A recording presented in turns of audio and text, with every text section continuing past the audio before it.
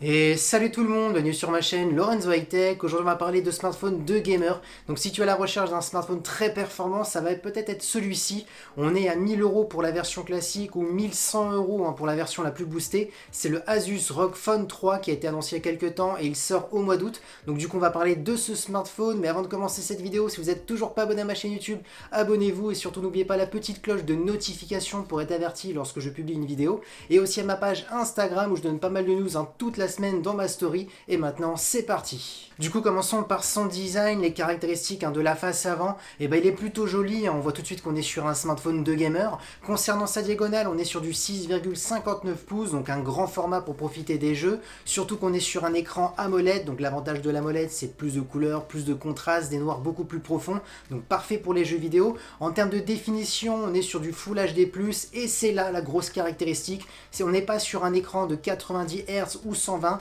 eux ils sont directement passés le cap sur du 144 Hz, donc parfait pour les jeux vidéo, le défilement des pages, donc ça va vraiment être très très fluide. Ensuite, si vous recherchez pas qu'un smartphone pour le gamer, mais aussi pour aller du multimédia, tout ce qui est Netflix, Amazon Prime et j'en passe, du contenu dessus, et c'est parfait parce qu'il est compatible HDR10, HDR10+, donc on est vraiment sur un smartphone très polyvalent. Ensuite, la caméra frontale, peut-être vous la recherchez un petit peu, oui, parce qu'elle est dans une petite bordure en haut à droite, on est sur du 20 millions de pixels, donc c'est plutôt bien fait. On dirait qu'on a un écran complètement bord à bord, borderless, et en fin de compte non, on a quand même une petite bordure en haut. Et concernant la sécurité, on a un capteur d'empreinte qui est sous l'écran. Attaquons maintenant le dos de ce smartphone. Alors on voit tout de suite qu'on est sur un design de gamer, on voit un petit peu comment c'est travaillé, et ce qui change un petit peu par rapport à d'autres smartphones, c'est les placements des capteurs. On voit 3 capteurs placés horizontalement, mais ce qui change un petit peu, c'est qu'ils sont entre le centre et la gauche, donc ils sont positionnés un petit peu différemment. C'est un petit peu original je trouve, donc c'est plutôt intéressant. Et maintenant parlons de ces capteurs. Du coup le premier capteur c'est le capteur principal, on est sur du 64 millions de pixels,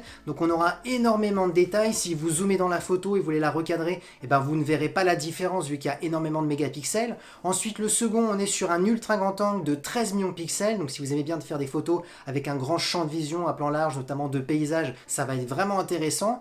Et le dernier, le troisième, on est sur un objectif macro pour faire des photos d'objets, de fleurs ultra près, sans perte de qualité. On est sur du 8 millions de pixels, donc c'est plutôt intéressant. Et concernant la vidéo, on va carrément jusqu'à la 8K ou la 4K, ça sera à vous de choisir. Vu qu'on a un capteur de 64 millions de pixels, on pourra aller jusqu'à de la 8K. Et le deuxième capteur de 13 millions de pixels, on pourra filmer jusqu'à de la 4K. Donc ce qui est intéressant, c'est qu'on voit vraiment que maintenant les smartphones de gamers ne se tournent plus qu'aux performances, mais qui aussi, ils cherchent vraiment à améliorer la qualité photo et la qualité vidéo. Du coup maintenant attaquons les performances, parce que c'est bien d'avoir un bon écran, c'est bien d'avoir des bons appareils photo, mais ce qu'on lui demande en premier c'est les performances pour faire tourner les derniers jeux vidéo.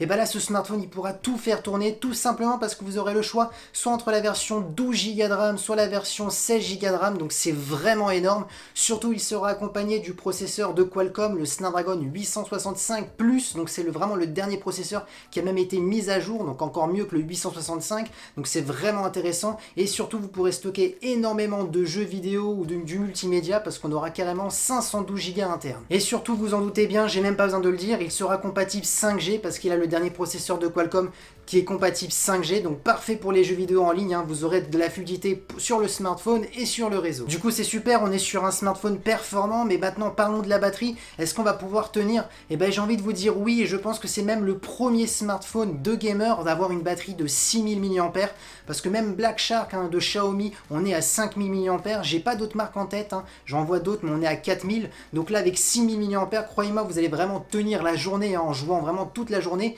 Et surtout si vous êtes en panne de batterie, vous pourrez le recharger rapidement parce qu'on est sur une recharge de 30 watts. Et pour ce qui est de la connectivité, on a du Bluetooth 5.0, donc la dernière génération, on a de la Wi-Fi 6, encore de la dernière génération, parfait pour jouer avec des hauts débits. Et concernant sa recharge, on est sur du type C. Du coup pour terminer cette vidéo, je vais faire ma petite conclusion. Est-ce que ce smartphone est intéressant en termes de prix, en termes de caractéristiques? J'ai envie de vous dire oui. Alors peut-être il y a certains qui vont me dire mais il y a des smartphones de Xiaomi ou d'autres marques qui sont beaucoup moins chers. J'ai envie de vous dire oui, mais ils n'ont pas toutes ces performances. Je pense notamment à sa batterie de 6000 mAh qui est énorme. Comme je vous dis, c'est le premier smartphone à avoir une telle batterie, en tout cas pour un smartphone pour gamer. Il a le Snapdragon 865 Plus de dernière génération, et surtout ce qui me fait craquer, c'est son écran OLED de 144 Hz. Ça c'est vraiment énorme parce que même les smartphones de Xiaomi vont pas jusqu'à là. Donc quand on pense, on imagine les Samsung à plus de 1000 euros, là avec toutes ces caractéristiques à moins de 1000 euros, parce que la version bien entendu à 12 Go de RAM elle est à 999 euros, la version à 16 Go de RAM elle est à 1100 euros. Donc même cette version à 1100 euros elle reste intéressante pour un gamer qui veut investir et plus changer de smartphone pendant pas mal d'années pour jouer aux derniers jeux vidéo. Pour ma part ça vaut le coup, parce qu'il n'y aura aucun problème pendant pas mal d'années avec ce smartphone. Et voilà, cette vidéo est terminée, j'espère qu'elle vous a plu. Si c'est le cas, n'oubliez pas le petit pouce like, de vous abonner à ma chaîne YouTube si c'est toujours pas fait, et surtout n'oubliez pas d'activer la petite cloche de notification, et surtout aussi de vous abonner à ma page Instagram, je donne pas mal d'informations dans mes stories. Et sur ce, moi je vous dis à très bientôt, c'était Lorenzo High Tech.